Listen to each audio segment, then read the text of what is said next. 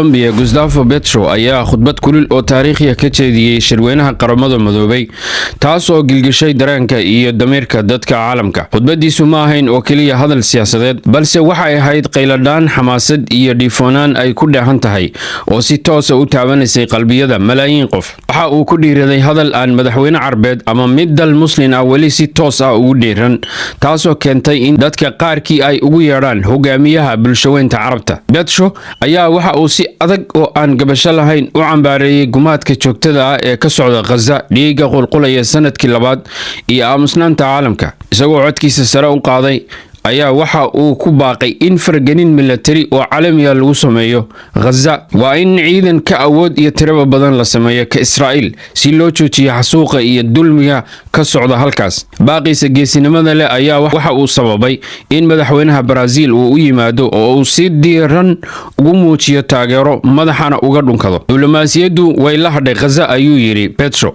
waxna uma tarin shacabka la xasuuqayo. Haddaba waxa loo baahan yahay waa ciidan midaysan oo ka kooban dhammaan dalalka ka soo horjeeda xasuuqan ka socda Gaza ayuu yiri si loo difaaco bani aadanimada iyo cadaaladda. Waxa uu mar kale yiri waxaan u baaqayaa dunida in ay mideeyaan awoodooda ciidan iyo midooda calaf si loo badbaadiyo Falastiin.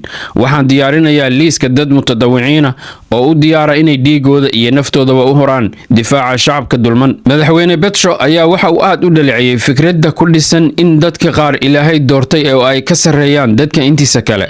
Waxa uu yiri ma jiro qoom ka sareeya mid kale, ma jiraan dad Ilaahay doortay oo ka sareeya dadka kale, ma aha Israa'iil mana aha Mareykanka.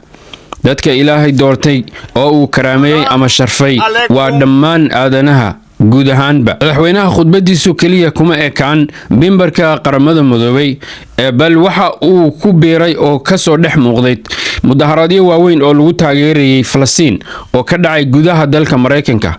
Halkaas oo uu hadal kale oo lama filaana uu ka jeediyay isagoo ugu baaqay ciidanka Mareykanka in uu amar diido ku sameeyo madaxweynaha dalka Mareykanka oo uu raaco dhanka insaaniyadda iyo bilaadanimada isla markaana uusan ka qayb qaadan xasuuqa ka socda Gaza. Hadalladan iyo ficiladan madaxweyne Petro ayaa waxay aad uga careysiyeen dalka Mareykanka taas oo ay xalay ku dhawaaqeen in ay ka kansaleen fiisii uu ku joogay dalka. iyada laftigeeda kama aamusin madaxweyne Petro wuxuu ka bixiyay jawaab aad u kulul isagoo ku baaqay dhammaan xafiisyada qaramada midoobay in laga raro dalka Mareykanka iyo magaalada New York. Sidoo kale waxa uu sheegay in aan cadaadiska ay ku hayso dalka Mareykanku igama weecin doonto inaan garab istaago dadka dulman ee reer Falastiin.